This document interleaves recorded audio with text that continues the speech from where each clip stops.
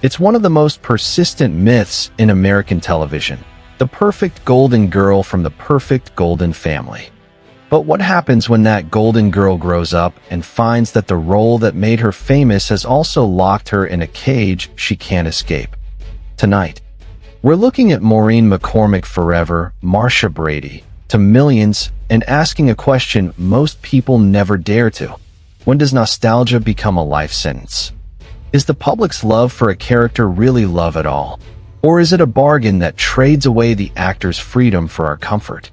Stay with me, because this is a story that challenges the way we think about fame, memory, and the cost of keeping an illusion alive. Welcome back to Celeb Shadows TV, where we uncover the stories behind the smiles, the shadows behind the spotlight. If you're new here, make sure you subscribe so you won't miss the truths others won't tell you. Let's dive in. Maureen's life began far from the studio lights. Born in California's San Fernando Valley in 1956, she was just another local girl until a Mattel toy commercial put her face on TV at the age of 8. Small guest roles followed Bewitched, I Dream of Jeannie, My Three Sons, and she looked like the industry's picture of fresh-faced promise. Then, in 1969, the casting call that would change everything. She became Marsha Brady, the eldest daughter in ABC's shiny new family, the Brady Bunch. For 5 years, the Brady kids smiled from a 9-square grid that became known as the Brady Bunch effect.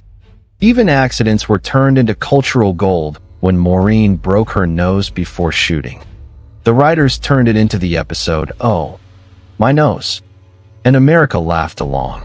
But behind those laughs, reality was far less charming.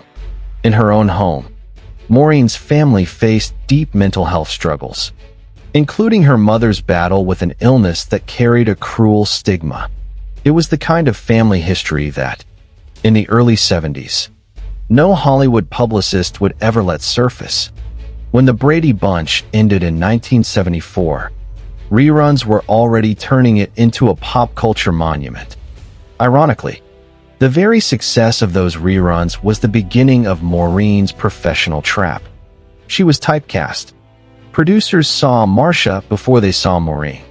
Opportunities that could have pushed her into serious dramatic work slipped away.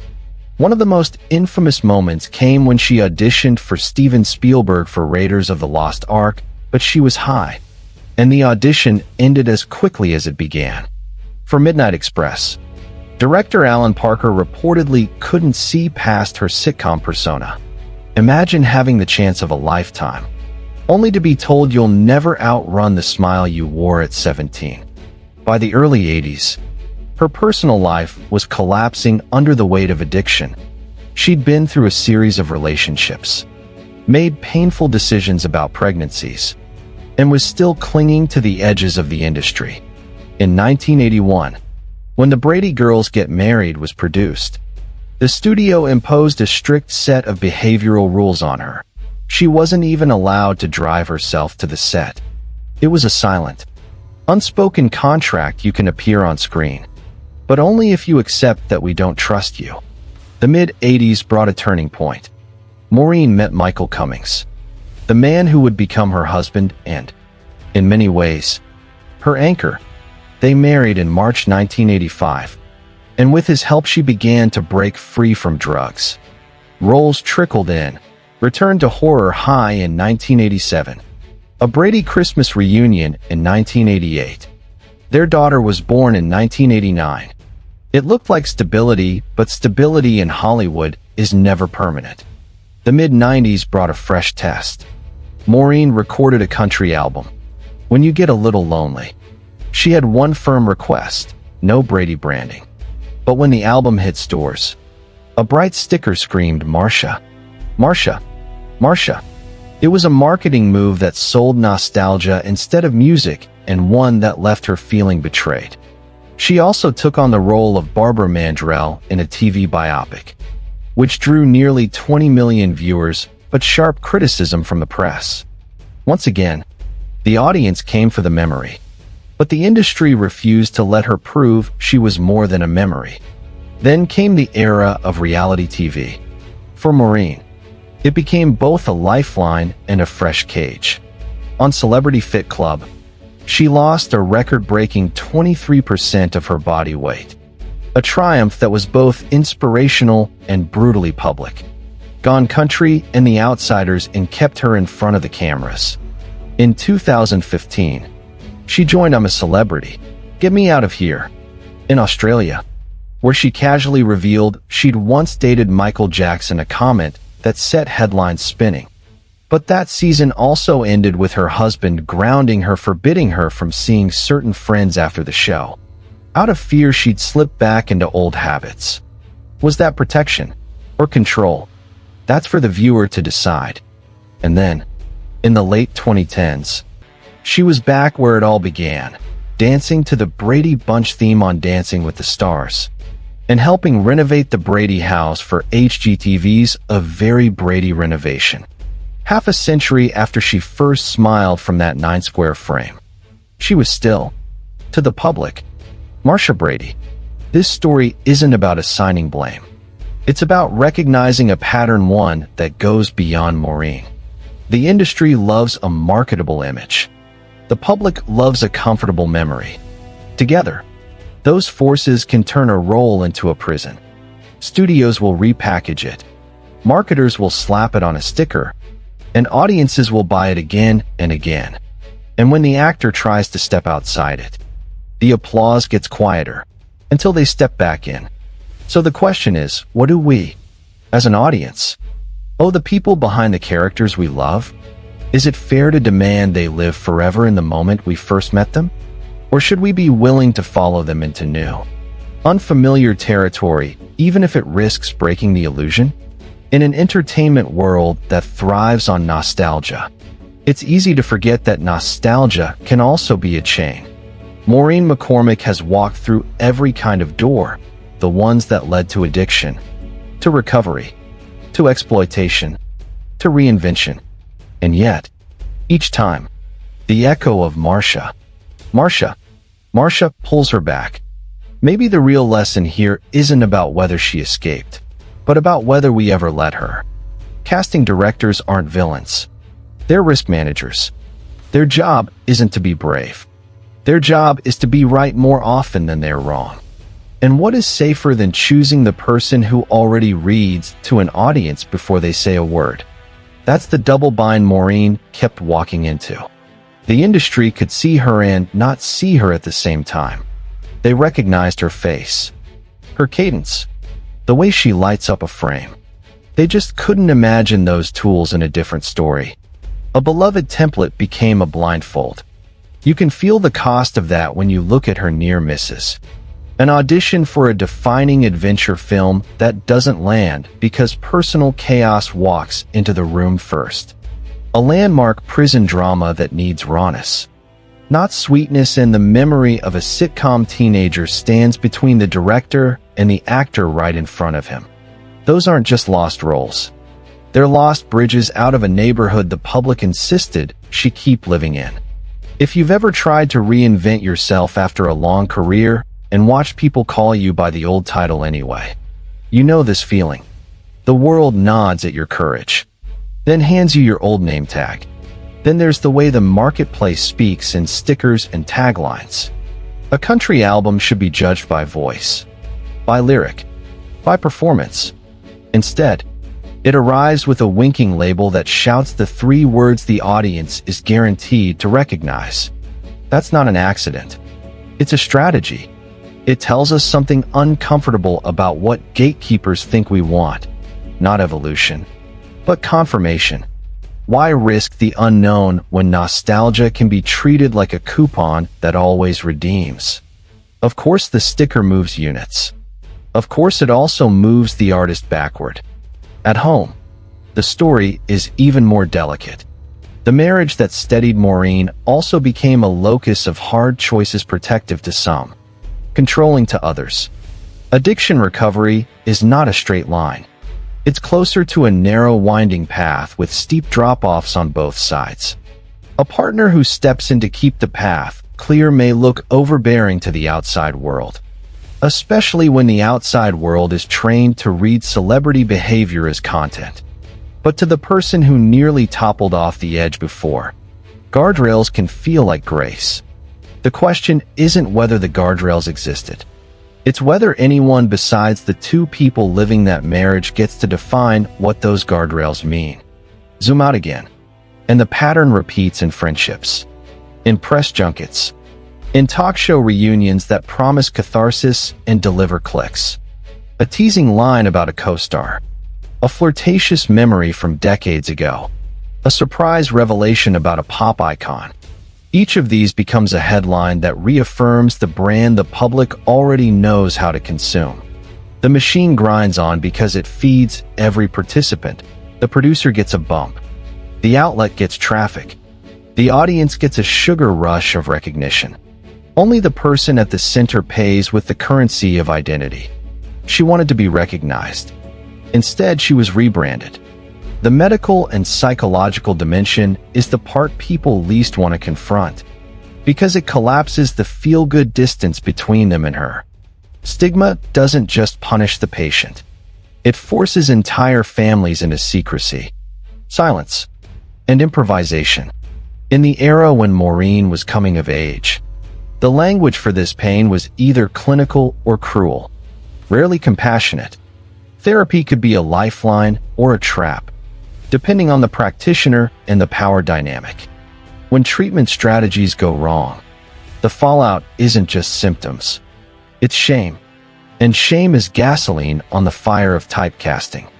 If you're already being seen as something you don't want to be, the last thing you can tolerate is a fresh reason to hide. So why did reality TV feel like a rescue? Not because it was gentle, because it was governed by different math. Instead of asking the audience to imagine her in a new fictional role, it invited them to watch her attempt a new real-life role, the woman who battles, who copes, who changes. The weight loss arc measured something visible and therefore legible. The country house experiment, the jungle survival show, each of these swapped acting for disclosure. There's a cost to that pivot. The camera wants more than progress. It wants confession. Yet it also offered Maureen a way to control a narrative that had long been controlled without her. But control is never complete. Late career gigs that circle back to the Brady legacy, dancing to the familiar theme, renovating the familiar house, are both homage and half surrender. They are also, frankly, good television. They tell a story the culture is primed to hear. The past is safe. The past is sweet. The past is waiting for you right where you left it. For viewers who grew up with network blocks and appointment TV, there's comfort there.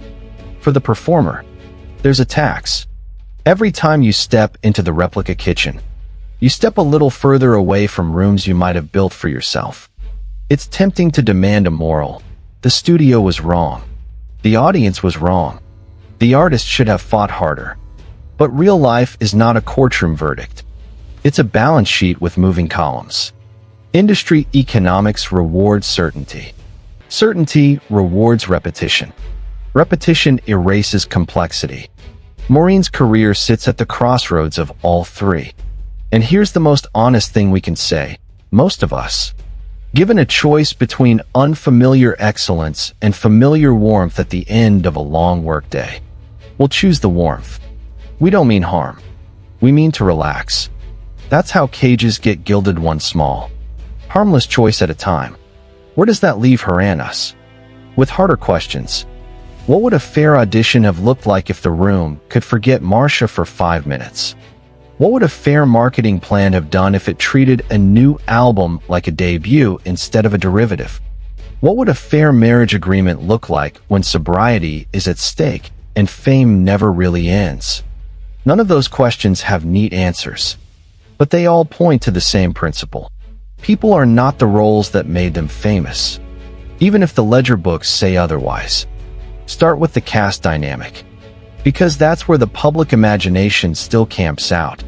The Brady kids were America's siblings. Turning that dynamic into adult headlines is irresistible to producers.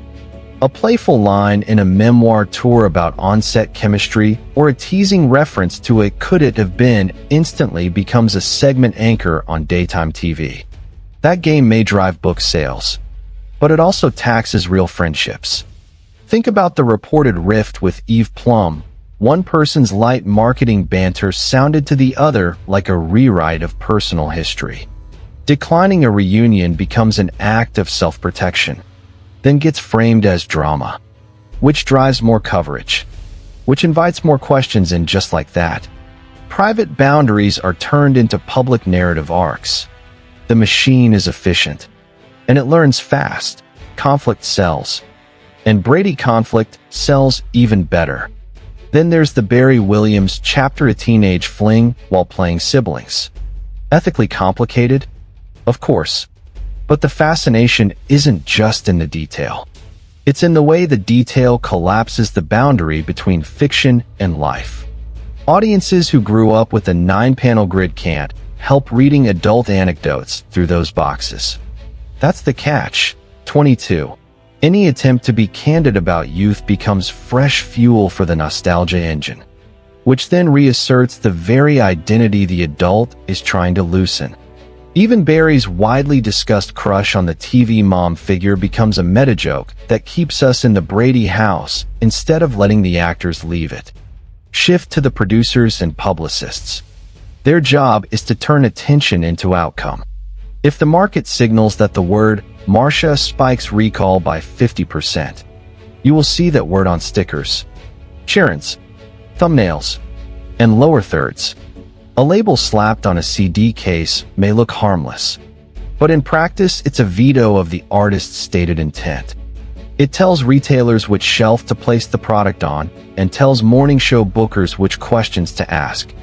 It also tells the audience how to listen before they hit play. You can hear a sincere country vocal and still think, "All right, the Brady girl is trying country now." Because branding writes captions in our heads that we don't realize we're reading. Gatekeepers in casting behave differently but reach a similar result. They must minimize risk. And risk is any outcome they can't confidently predict. When Maureen walked into rooms after the series ended, the people behind the table weren't blind to talent. They were hypersensitive to legacy. A single raw audition that goes sideways, especially under the shadow of substance you see, doesn't live as a private disappointment. It becomes a shorthand in the grapevine. A story retold until it functions like a caution label. Great presence. But the audience only sees Marsha. This is how a handful of moments can harden into a reputation that outlives the moments themselves. Therapy adds another layer few want to talk about on camera.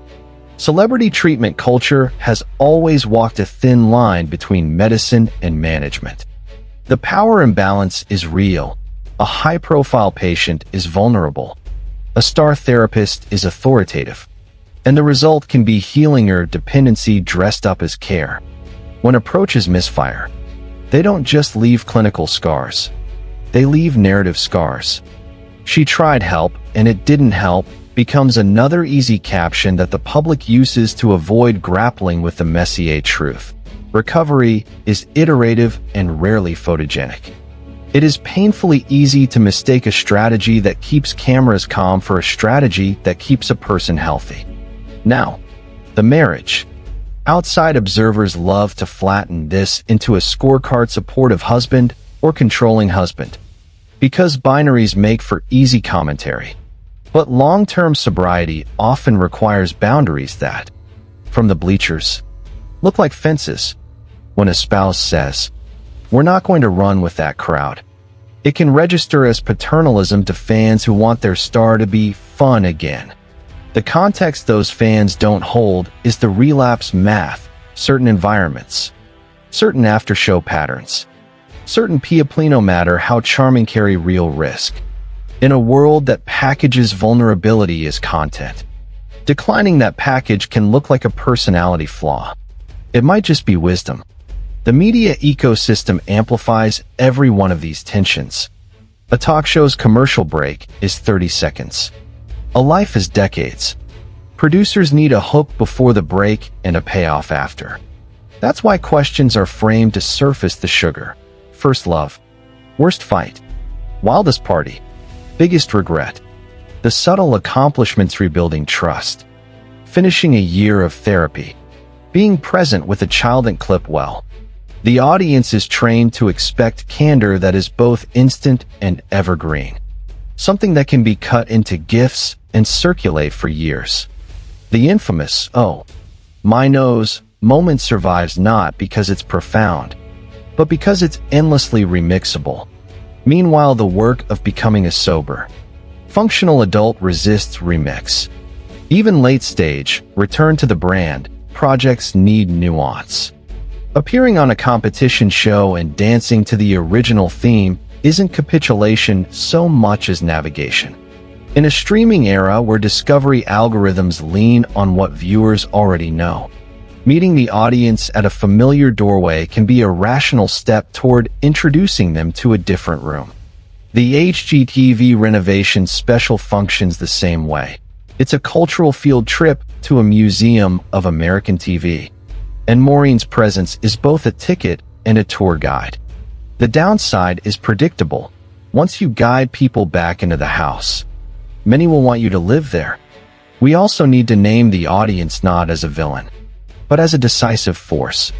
People who were children in the 1970s and parents in the 1990s now hold the remote, the ad dollars, and the social media feeds that algorithmically reward the familiar.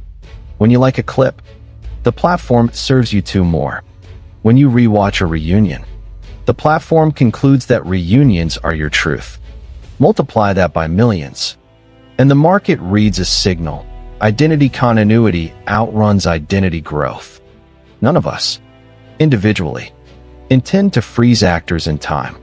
Collectively, we do it every day with our clicks. Overlay all of this with the law.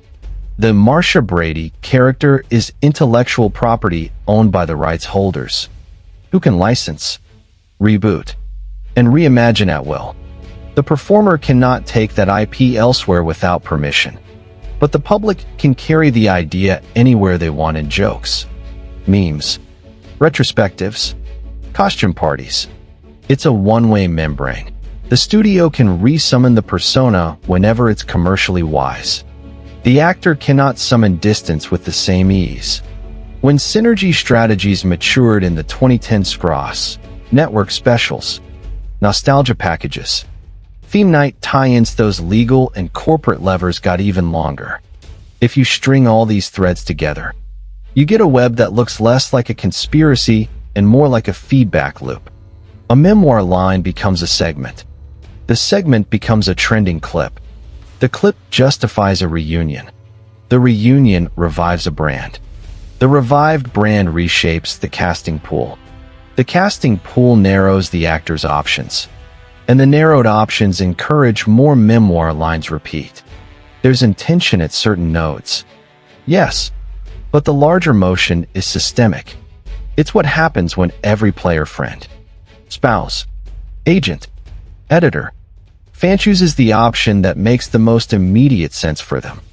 The first unresolved issue is ownership of her image. Not the legal paperwork, though, that's part of it, but the everyday power over which version of Maureen gets shown to the world. In reality, no single person flips that switch. It's dozens of small decisions. A label designer adds a nostalgic sticker to boost sales. A producer steers a talk show conversation back to Brady memories. A publicist approves a pitch that leans on the Marsha name. Each one can be defended as smart marketing. But when those decisions pile up, they overpower whatever the artist intended. The real question is, when the final product contradicts her wishes, where does accountability live? The public never hears about those meetings, and Maureen is left defending outcomes she didn't orchestrate. Then comes the illusion of a fair shot. Audition rooms may look impartial, but fairness doesn't start at the moment she reads lines, it starts long before, with the baggage and preconceptions people bring in. A familiar sitcom face is both a foot in the door and a wall blocking the way. Breaking that expectation takes deliberate effort, private readings, chemistry tests without full committees, moments designed to strip away the Marsha lens.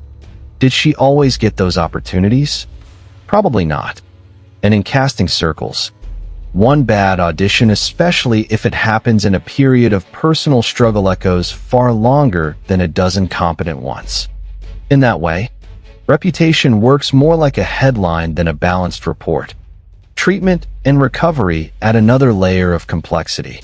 In the public's mind, rehab follows a straight line: crisis, help, breakthrough, return. In reality, celebrity treatment often mixes genuine care with image management.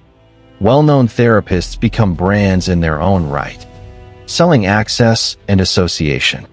When therapy doesn't work, or even worsens the situation, the public rarely hears why. All they see is, she got help, and it didn't help. The deeper question: who in the industry will pause a production, delay a tour, or shield an actor from damaging publicity while they stabilize, often has no consistent answer. In some years, it might be a spouse. In others, a determined producer. Sometimes, no one at all. Which leads to another sensitive fault line: the difference between protection and control in her marriage. Recovery experts know the dangers of certain environments and social circles. But fans don't see those calculations.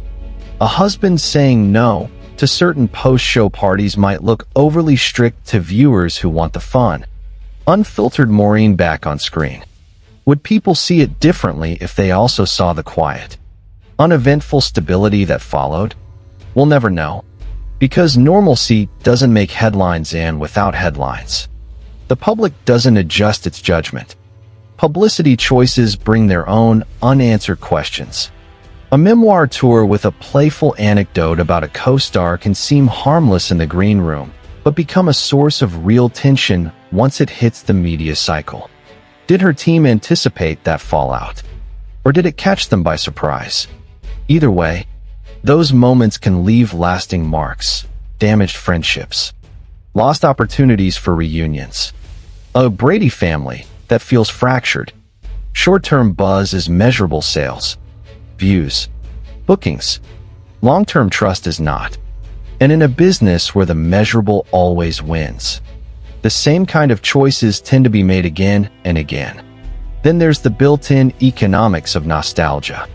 Syndication still brings in steady revenue, but the control over how and when Marsha Brady appears lies with the rights holders, not with her.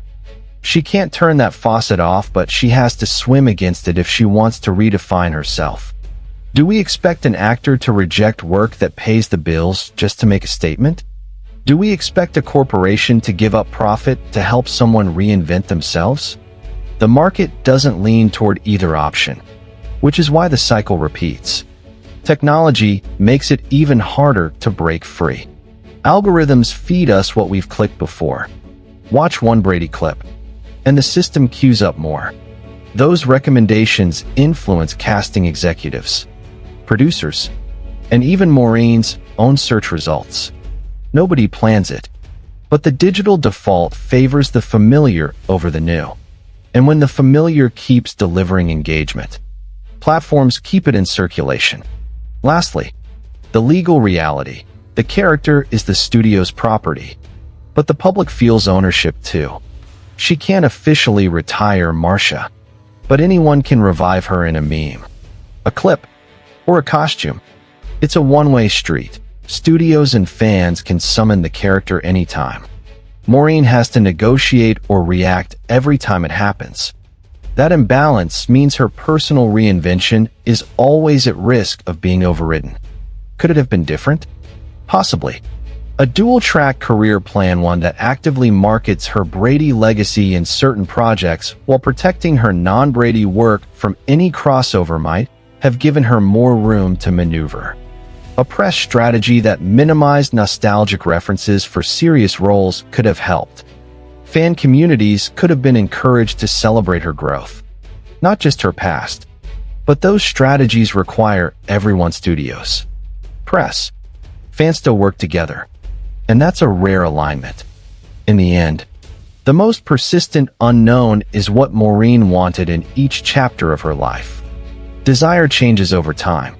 Sometimes embracing the past brings peace. Other times, it feels like surrender. Outsiders can map the industry forces and critique the choices, but only she knows the weight of balancing career against stability, attention against privacy, nostalgia against the chance to build something entirely her own. Those inner calculations may never trend online, but they've shaped every step of her path.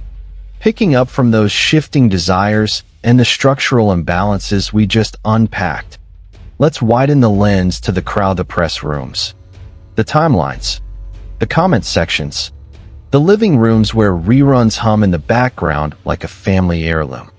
Public opinion isn't a single voice. It's a weather system. And the way it moves around Maureen McCormick says as much about us as it does about her. Start with the press. Legacy media still sets the first draft of the narrative. Even in a social era, editors know what lands on a morning show or a nostalgia blog, a familiar still, a headline that winks at Marsha. A tidy premise you can understand while pouring coffee. That framing does two things at once. It keeps Maureen visible, and it trims complexity so the story fits a segment. The nuance that she asked for non-Brady branding on a music project gets boiled down to a punchline about a sticker. The fact that reunions can strain real relationships becomes a bullet point labeled feud. The coverage isn't malicious. It's efficient, but efficiency has a cost. Anything that doesn't clip while slowly disappears. Social media amplifies that economy. Platforms reward what people already know and can react to in seconds. A 12-second clip of, "Oh, my nose," will outperform a thoughtful reflection on typecasting every time. That differential becomes an algorithmic promise. Serve more of the familiar, and users will stay. If you're a fan who genuinely wants Maureen to get fresh dramatic roles, your clicks still tell the system to fetch more Brady content. Because that's the content you lingered on while reminiscing with friends. Individually, it's harmless. Aggregated across millions, it becomes the invisible hand that keeps one version of her at the top of the feed. Now consider generational drag. Viewers who met Maureen as children in the 1970s grew into the gatekeepers of the 1990s and 2000s producers. Ad buyers, newsroom heads. Their affection is sincere, and so is their caution. When the budget is tight and the audience is fickle, the safest bet is the thing that already worked on you. That's why a dance to an old theme song feels like a nice touch to one cohort and like a tether to another. The friction isn't just aesthetic. It's economic memory competing with an actor's right to evolve. There's also the way our culture talks about accountability. We use the word as if every problem can be solved by locating a culprit. Who failed her? Who betrayed her? Which therapist, publicist, or executive should apologize? Sometimes there is a name. More often, the harm is a byproduct of incentives that no one person designed.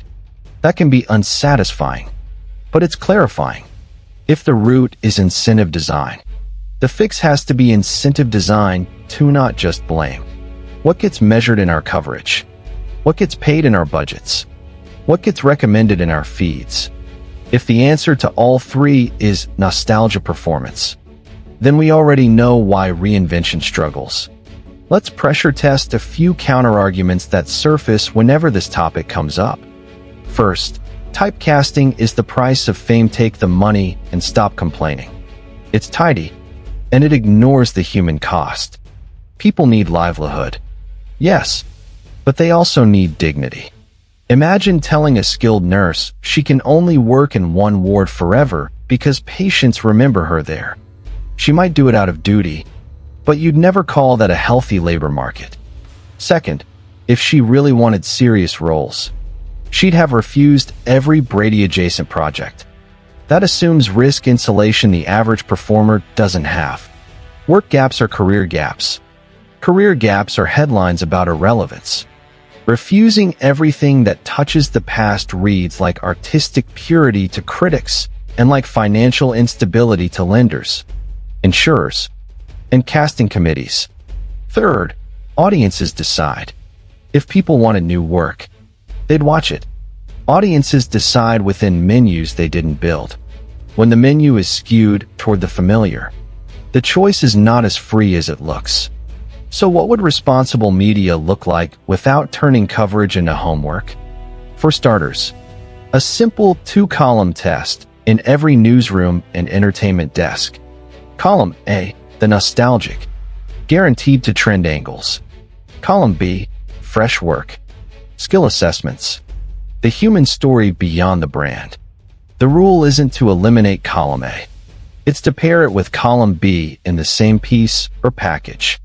If you run a headline that nods to Marsha, include a subhead that names what Maureen did this year that's not Brady adjacent. If you book her for a segment built around a reunion, earmark 2 questions about her craft, her process, or the project she'd pursue if no one recognized her. That small editorial discipline shifts the incentive without scolding the viewer. For fans, there's a parallel practice. Treat growth like a collectible. We're great at collecting Funko Pops and Steelbook DVDs. We're less practiced at collecting evidence of an artist's range. Start a playlist or thread that curates Maureen's non-Brady work clips. Audio. Stage reviews and share it whenever a nostalgia clip trends. Not as a corrective, but as a companion. If you like that memory, you might like this craft. Small signals matter in metrics-driven environments.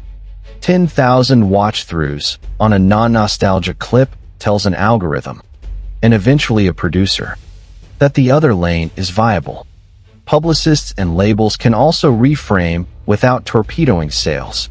Swap the wink-wink sticker for language that sells story rather than brand. A veteran voice, newly vulnerable, is still market-tinged, just markets the human, not the hologram.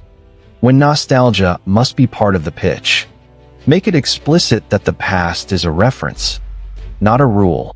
From the face you know to the voice you haven't really heard yet.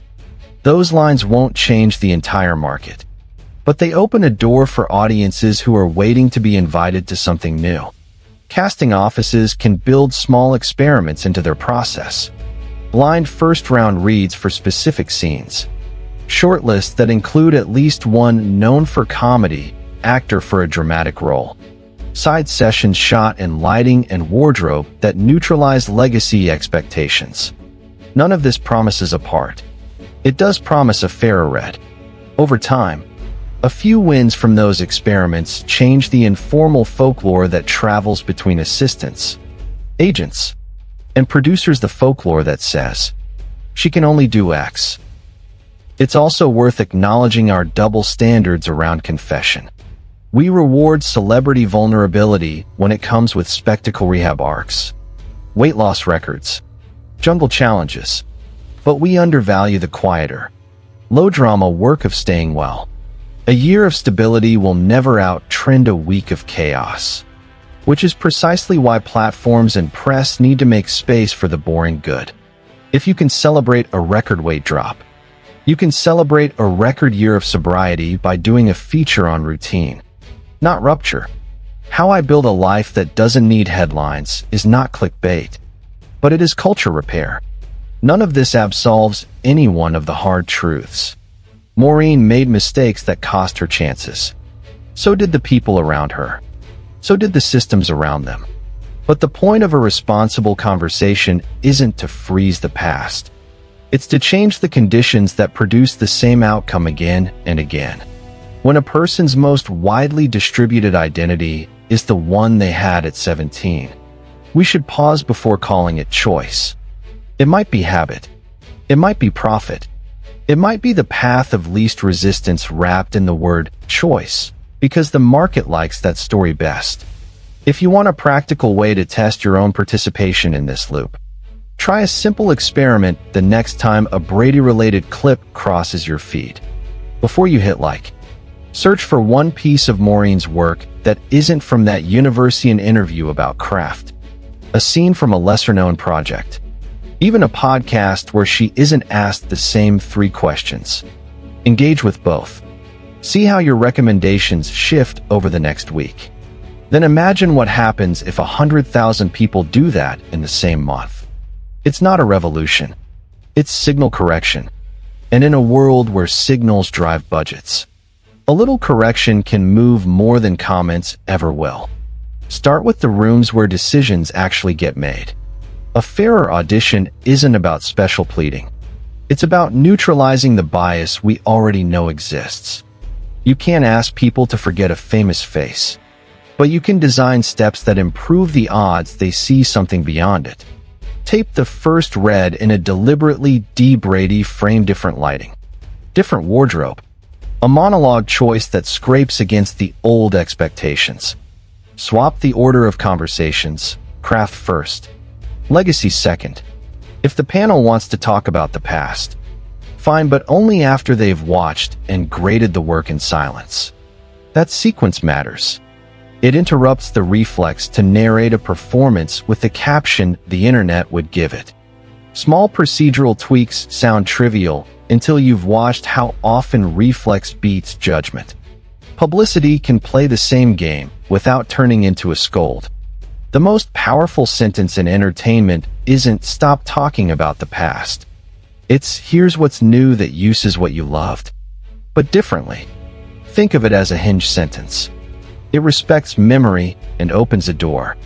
For Maureen-like cases, the hinge might be, she learned timing in a sitcom.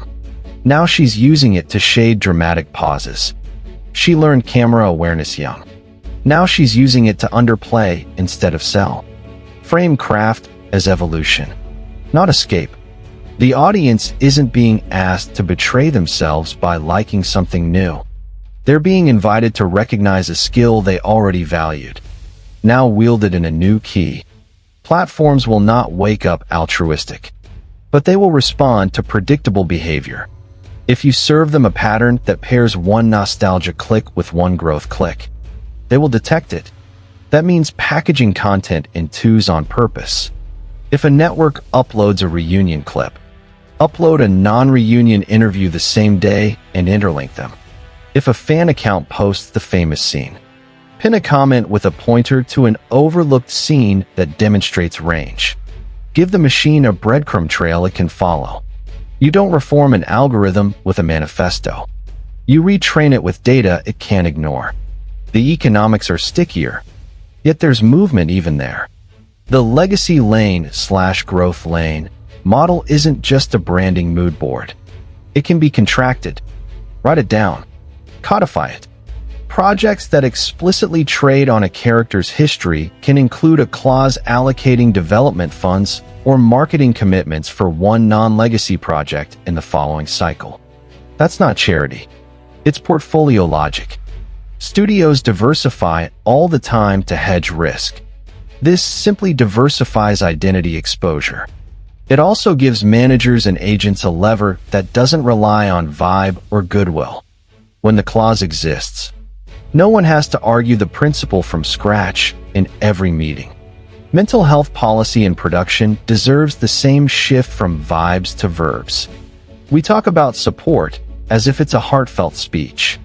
In practice, it's a calendar, a budget line, and a set of no questions asked contingencies. A humane schedule for a performer with a public recovery history is not someone being coddled.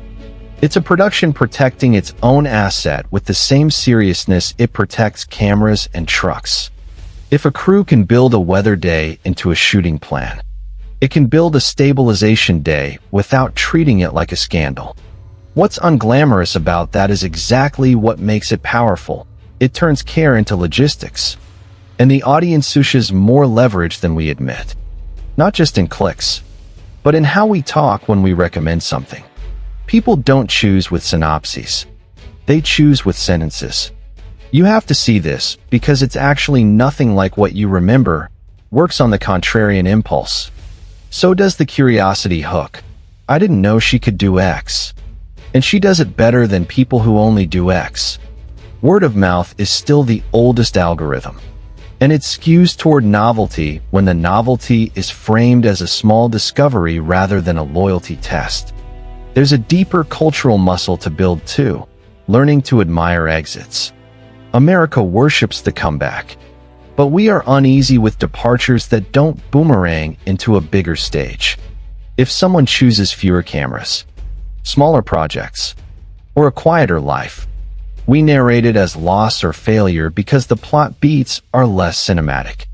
That bias punishes people who want to resize their lives after surviving the industry. It also blinds us to a strange possibility that the healthiest third act for a child star might be a life that resists adaptation into television. We don't have to like that choice to respect it. We have to practice talking about it without reaching for the pity register. Of course, none of this retrofits the past. Those missed roles don't uncancel themselves. Those awkward interviews won't unair. But the point of looking closely at Maureen's case isn't to accumulate regret. It's to sharpen recognition so the next person with a teenage legacy doesn't have to bleed as much to prove adulthood. Even incremental change compounds. 3 fairer auditions a year can be the difference between an actor who is in the conversation and an actor who only exists in trivia nights. 2 press cycles that emphasize craft over callback can reset what Google shows on page 1. A handful of fans who deliberately pair memory with discovery can tilt a recommendation graph just enough for a different kind of opportunity to appear. If that sounds modest, that's because it is. Systems shift at the speed of incentives and habits, not slogans. Which brings us to the last uncomfortable layer, our complicity. The reason the Marsha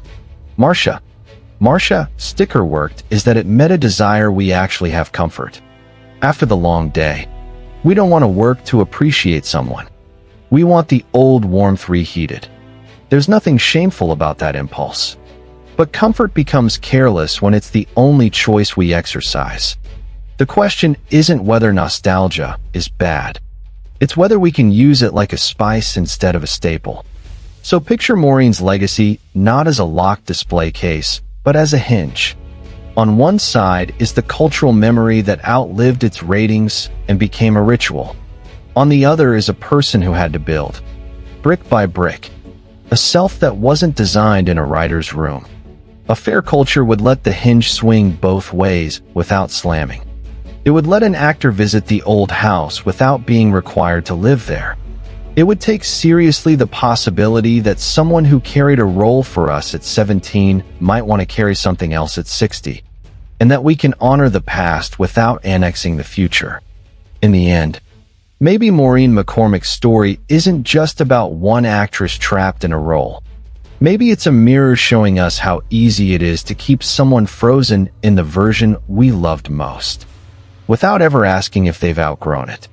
We call it nostalgia. They might call it a cage. And that's the haunting part. If we keep choosing the comfortable image over the complicated reality, how many other stories will we never let unfold? How many lives will stay locked in a single frame because we like the lighting? Thank you for staying with me all the way to the end. Subscribe to Celeb Shadows TV so you won't miss any truth that's been hidden. Goodbye, and see you next time.